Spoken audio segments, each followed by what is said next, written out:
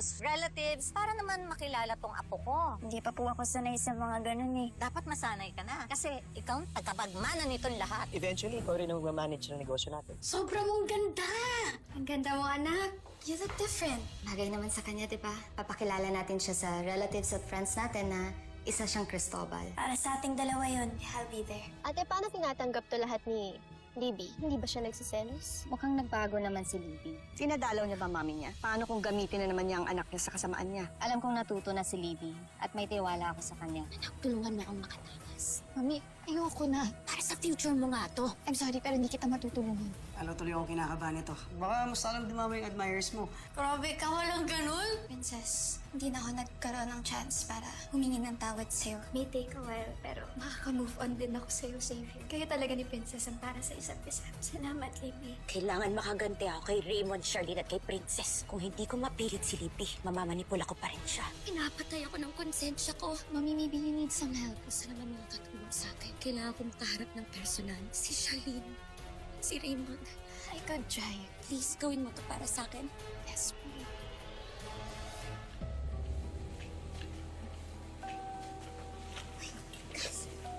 Uy, ano nangyari? Kausap mo si Libby? Oo, pumayag siya. Pupunta yung mga Cristobal sa Sabado. Ibig sabihin, kasado na yung plano mo. Sabi ko naman sa'yo, nasa atin pa rin ang huling halakhak.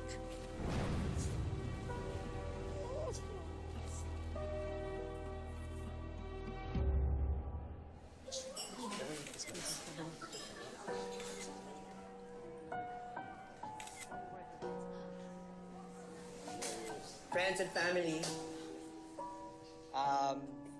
I'd like to say thank you for taking time para pumunta ngayong araw na ito. Alam niyo po, matagal namin pinag-isipan to ni Charlene. But we decided na bilang malapit na pamilya at mga kaibigan, we opted na sabihin sa inyo ang katotohanan. Maraming nangyari sa pamilya namin lately. Alam kong marami sa inyo nag-worry, pero okay na kami ngayon. Buo na ang pamilya namin. So, we proudly present to you our long-lost daughter.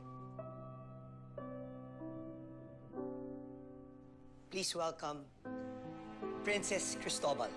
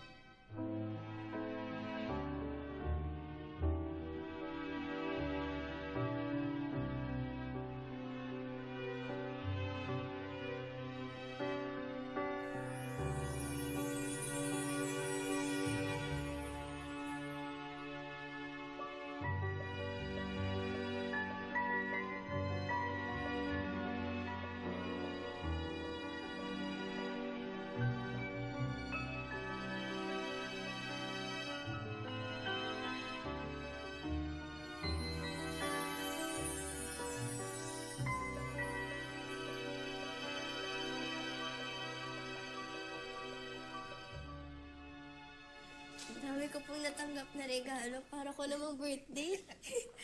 Sa totoo lang, para kang muling sinilang sa amin ng mama mo. Ngayon ka lang namin ulit makakasama bilang isang Cristobal. Anak, you deserve all the love. Kaya po ang pinakamagandang blessing sa buhay ko. Nanay, Daddy, Mamita. Tingnan mo nga naman ang pagkakataon. Dati, puro pasakit at problema. Bumaha ng dugo, tumanak ng mga luha. Pero ngayon, wow, talagang happy-happy na. Hayaan mo na. Ma, ito talagang pangarap ko. Naging buo yung pamilya natin. Pero parang may kulang pa rin. Si Libby, oh. Libby, kanina pa kayo tayo naantay. Akala ko atan ka sa party dito kanina. Sayang anak, hindi ka umabot. Okay lang po. Actually, nanggaling po kasi ako sa city jail. Tinalaw ko po si Mami D. Alam mo, Libby, alam kong mami mo siya. Pero siguro mas makakabuti kung huwag ka na muna pumunta doon. Pero Grandma, kawawa na rin po kasi yung kalagayan niya. Saka pinagsisisihan niya na po lahat ng mga ginawa niya sa inyo. Totoo ba yan, Libby? Yes, Dad. Konsensyang-konsensya na po si Mami D. In fact, gusto niya po sana kayong i-invite sa program sa City Jail. Magkakaroon po kasi ng Love and Forgiveness Healing Seminar. Gusto po sana niya kayong makausap. Personal na humingi ng tawad. Dad, Mom, Princess, sana po pagbigyan niyo si Mami D. Gusto niya lang po kasi talaga sanang humingi ng tawad sa mga nagawa niya sa inyong lahat.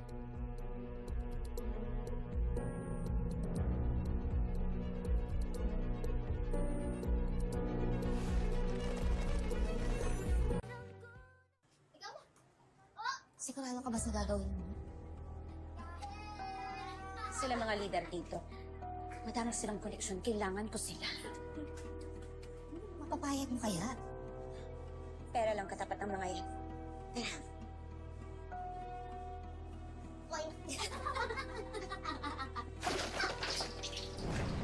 Taga ka! Ba't mo ginawa yun? Respeto ka sa mga mayora dito sa presong to. Ano ba hanap mo? Sakit sa katawan, ha? Tirahin na natin to. Okay. Yabang eh. Masyado mainit. Gusto lang kitang kausapin. May ipapropose ako sa'yo. Ako rin. May ipapropose sa'yo. Ang ingon mo. Yan. Ang mukha mo sa pader. Yan. Pwede ka kumita ng madaming pera. Imbes na magbenta ng mga kontrabando dito. Oo, alam ko yung sekreto ninyo. Kayo nagbebenta ng mga cellphone at droga dito. Pero small time lang kayo. Kayo kumikita masyado ng pera. Wala kang pakialam. Ano? Isusumbong mo kami kay Warden? Eh bakit ko naman gagawin yun? Eh kailangan ko ang tulong ninyo. Mukha kami pinaiikot. Tag 2 milyong piso. Nag-iisa kayo. Bukod doon, akalis pa kayo dito. Pwede na yun. Balita ko ang lala ng kaso ninyo. Hindi na kayo makalaya, mabubulok na kayo dito. Unless, sumama kayo sa plano ko. O sige. Tuloy mo. Nakikinig ako. Kung akong tatanungin ninyo, tutol ako dyan, ah. Ayoko nang makita ang babaeng yan. Puro siya kasamaan. Wala siyang ginawang mabuti. Pero man, nasa kulungan na sa Divina. Ano pa bang magagawa niya? Kahit anong kapatawaran na hingin niya, wala rin naman mangyayari. Besides, I'm not ready para patawarin siya. Totoo naman po yun, Daddy. Lahat ng bagay may proseso. Hindi naman po kailangan ipilit agad kahit yun ang tama. Pero bigyan na rin po natin ng pagkakataon yung taong nagkasala sa atin na magpaliwanag. Tama si Princess. Kahit gaano pa kasama si Divina, hayaan na natin siya humingi ng tawad sa lahat ng ginawa niya sa atin. I don't know. I'll join you guys. Pero pupunta lang ako doon dahil gusto ko kayong protektahan at samahan. Other than that, I don't want to even hear anything na sasabihin niyang Divina na yan.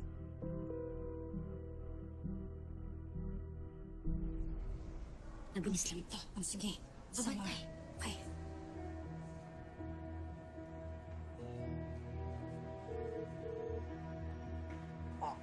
Ba't ngayon ka lang tumawag? Gago ka ba? Alam mo naman nakulong ako, di ba? Malamang mahirap dumali ng cellphone dito. Ang halaga, natawagan na kita ngayon din. Hindi ko na alam gagawin ko. Mas makinig ka ng mabuti dahil may iutos ako sa'yo. May tinago akong pera sa bakura ng bahay. 10 million cold cash. Ituturo ko sa'yo ang exact location. Kunin mo yung pera dahil kailangan ko yan para makatakas dito. Eh, ano bang plano mo?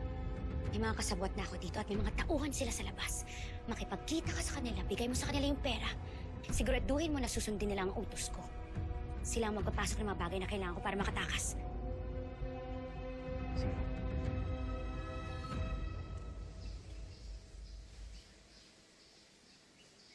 Baby.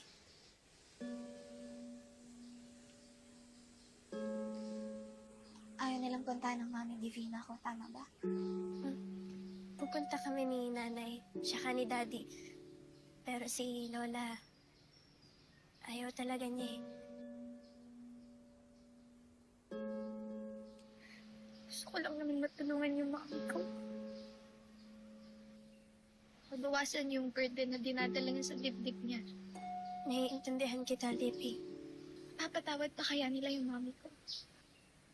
Hindi man nila mapatawad ngayon. Darating din yun, Libby. Ang importante, nagsisimula na yung proseso. Kahit gaano pa yan kahaba o katagal, huwag kang susuko. Mangyayari rin yung gusto mo. In God's perfect time. Bakit ang bait-bait mo pa rin sa akin sa kabila ng lahat? Nakikita ko kasi yung sarili ko sa'yo noon eh. Walang pamilya, nag-iisa. Lalo nang nawala si Tatay Dado sa akin. Baby, gusto ko lang malaman mo na sa kabila ng lahat ng pinagdaraanan mo, may pag-asa pa. May nagmamahal sa'yo. Kami ni Nanay Charlene. Now I get it kung bakit ikaw yung pinili ni Safety. Kung bakit ikaw yung minahal niya. Kasi napakabuti mong tao, Princess. Salamat sa pagtanggap sa akin.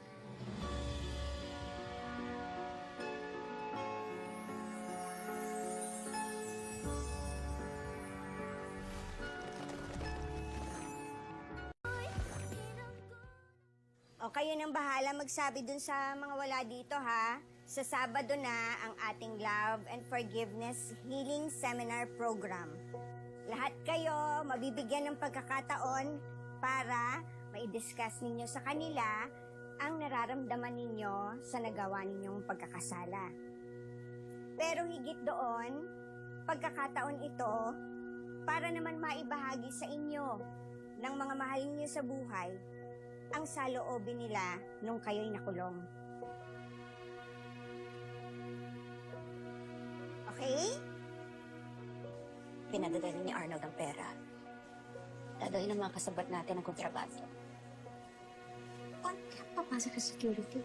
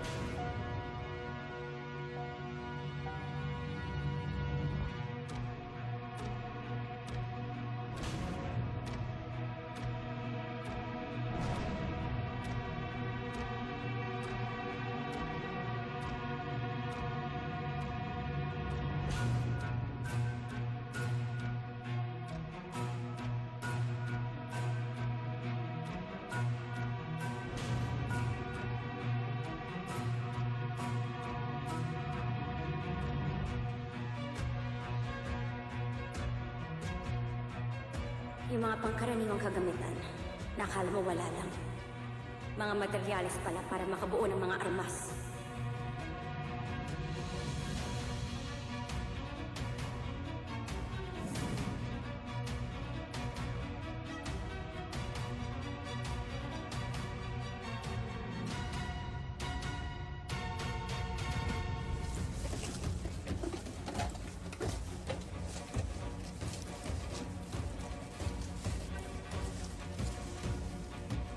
Si Luna nakulong dahil sa isang terrorist attack.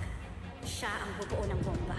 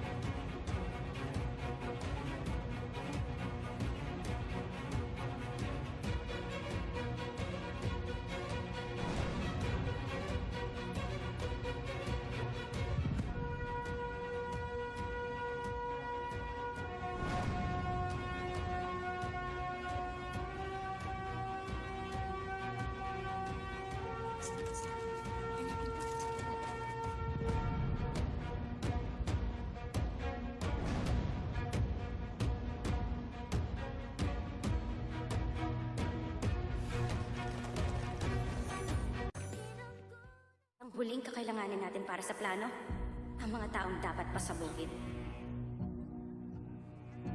Sabi nila, Ana. Yes, Mommy. Darating si Daddy Raymond, si Ma'am Charlene at si Princess. Talaga ba, anak? Salamat na kumbinsi mo sila. Sa wakas, pakalaya na rin ang kalooban ko, anak. Salamat sa'yo.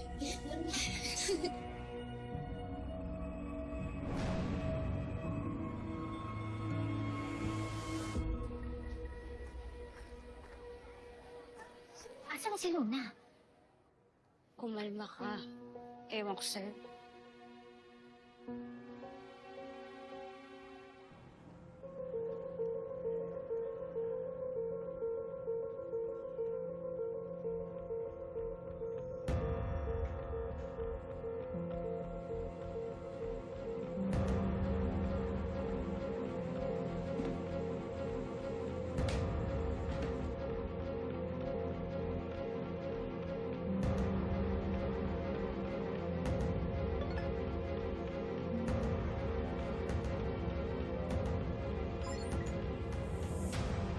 Ilang sandali na lang. Goodbye na ako sa lugar na to. Goodbye na rin sa mga pader na to.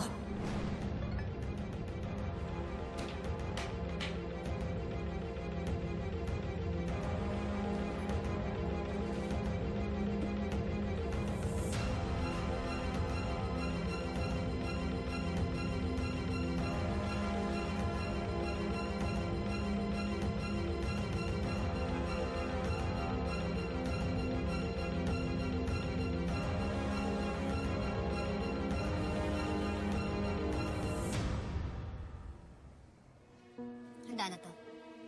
Pindutin mo lang yan kung gusto mo nang magunaw ang lugar na to. Salamat.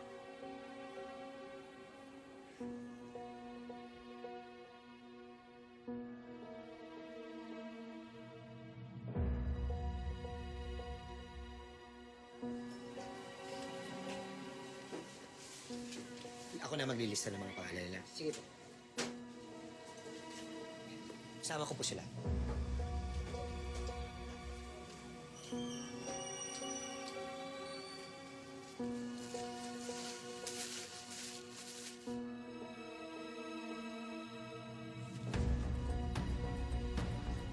Okay na.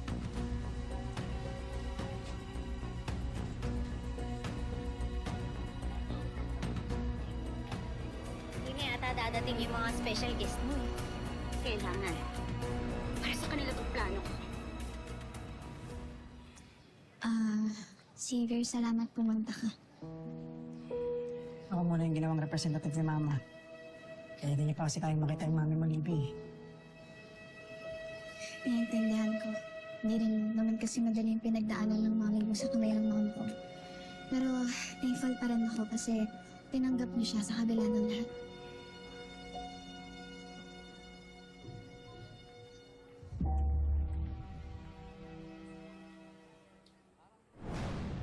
Ayan na. Paarte na ako.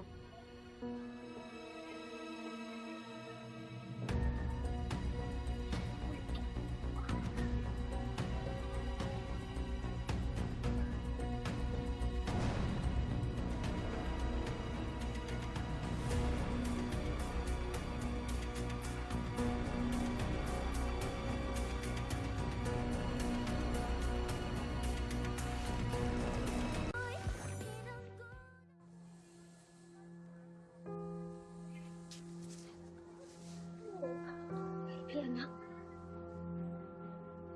Akala ko hindi ka darating. Hindi kita kayang pabayaan, di ba? Salamat. Nandito ka pa para sa akin. Ikaw na lang ang meron ako ngayon.